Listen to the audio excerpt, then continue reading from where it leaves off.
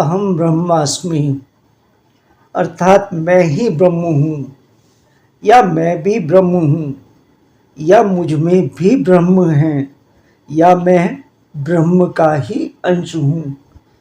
यह विचार कितना सुख, शांति और मन को शक्ति देता है। इस विचार के मूल में कहीं ना कहीं अद्वैतवाद है। अद्वैत शब्द का आधार दो चीजों से मिलकर बना है, द्वैत और अ।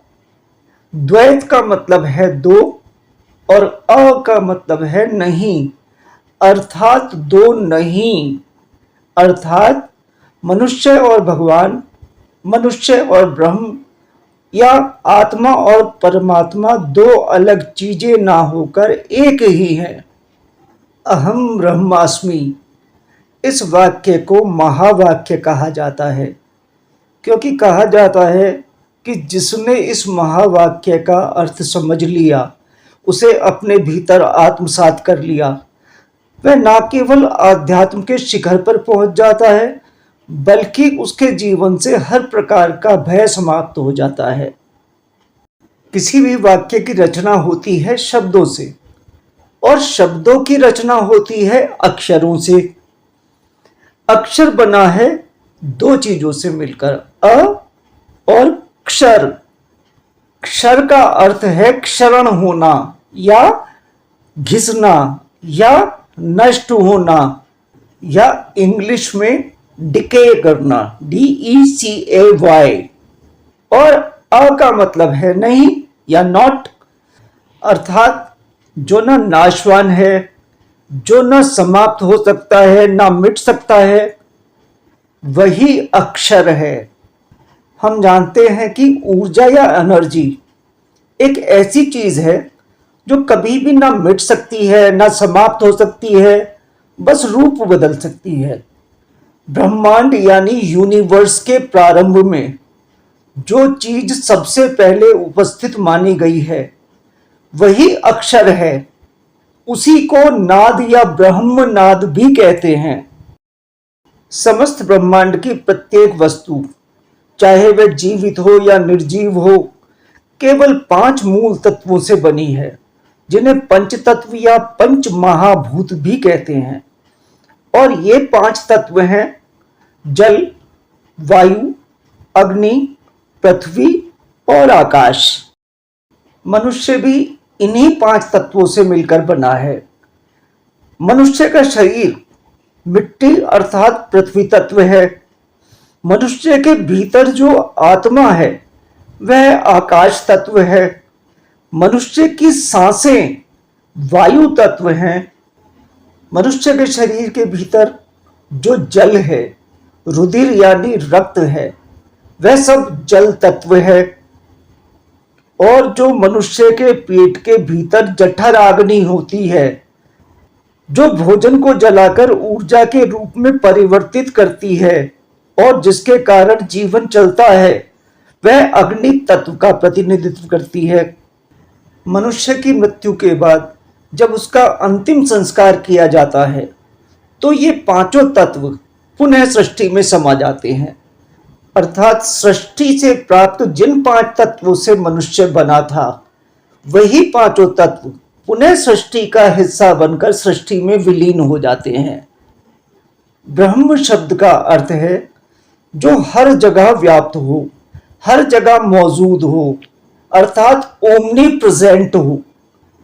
तो अगर ध्यान से देखा जाए तो सृष्टि भी उन्हीं 5 तत्वों से बनी है जिनसे मनुष्य का शरीर।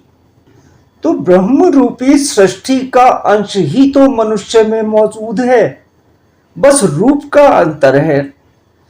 वह सर्वव्यापी ऊर्जा जो मनुष्य के बाहर उपस्थित है, उसे हम परमात्मा कहते हैं, और जो मनुष्य के भीतर ऊर्जा है, उसे हम आत्मा कहते हैं। तो यह आत्मा उस परम आत्मा का ही तो रूप है। इसे समझने के लिए आप समुद्र की ओर देखिए और कल्पना कीजिए कि परमात्मा समुद्र है। समुद्र का जल गर्मी से भाप बनता है और उस भाप या वेपर से बादल बनते हैं, और वे बादल अलग अलग दूर दूर जगह जाकर बरसते हैं। कुछ बादलों का जल नदी में मिल जाता है, कुछ बादलों का जल पृथ्वी पर समा जाता है और कुछ जल पर्वतों के शिखर पर बरस जाता है। अब चाहे तो हम नदी से एक लोटे में जल भर लें, चाहे तो जमीन को खोदकर एक बाल्टी में जल भर लें, और चाहे तो पर्वतों पर जमी बर्फ को पिघलाकर एक गिलास भर लें। देखने को तो यह जल अलग अलग प्रतीत होगा, पर देखा जाए तो यह समुद्र का ही तो रूप है। कल यह जल जो हमने अपने बर्तनों में इकट्ठा किया है, किसी ना किसी रूप में गर्मी पाकर भाप बनेगा और बादलों में परिवर्तित होगा। वही बादल जाकर समुद्र में बरसेंगे, पर्वतों का बर्फ पिघलकर नदियों में समाएगा और फिर ये नदियां जाकर फिर से समुद्र में मिल जाएंगी, तो समुद्र ही समुद्र में मिल जाएगा। अर्थात समुद्र से ही उत्पत्ति और पुनः उसी समुद्र में समाप्त हो जाना, यही चक्र निरंतर चलता रहता है। यही चक्र जन्म और मरण के रूप में मनुष्य को दिखता है।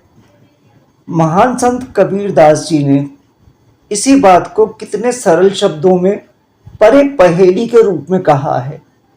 बूंद समानी समुद्र में जानत है सब कोई, समुद्र समाना बूंद में बूझत बिरला कोई। यानी कि ये तो सब देखते हैं कि कोई बूंद समुद्र में मिली और फिर उसके बाद समुद्र ही बन गई, पर कोई ज्ञानी ही इस बात को जानता है कि ये बूंद जो समुद्र में मिली है, ये अपने आप में ही समुद्र थी, और जो इस बात को जान गया वही परम ज्ञानी है। तो यदि कोई व्यक्ति इस परम ज्ञान, इस परम सत्य को अच्छी प्रकार समझ ले, तो उसके जीवन से मृत्यु का भय सदा के लिए खत्म हो जाएगा। तो इस चर्चा की समाप्ति यहीं पर दोस्तों। अगर आपको यह अच्छा लगा हो तो कृपया वीडियो को लाइक कर दीजिएगा, चैनल को सब्सक्राइब कर लीजिएगा और अपने मित्रों के साथ इसको शेयर कर दीजिएगा। मैं आपका अत्यंत आभारी रहूँगा दोस्तों। धन्यवाद और नमस्कार दोस्तों।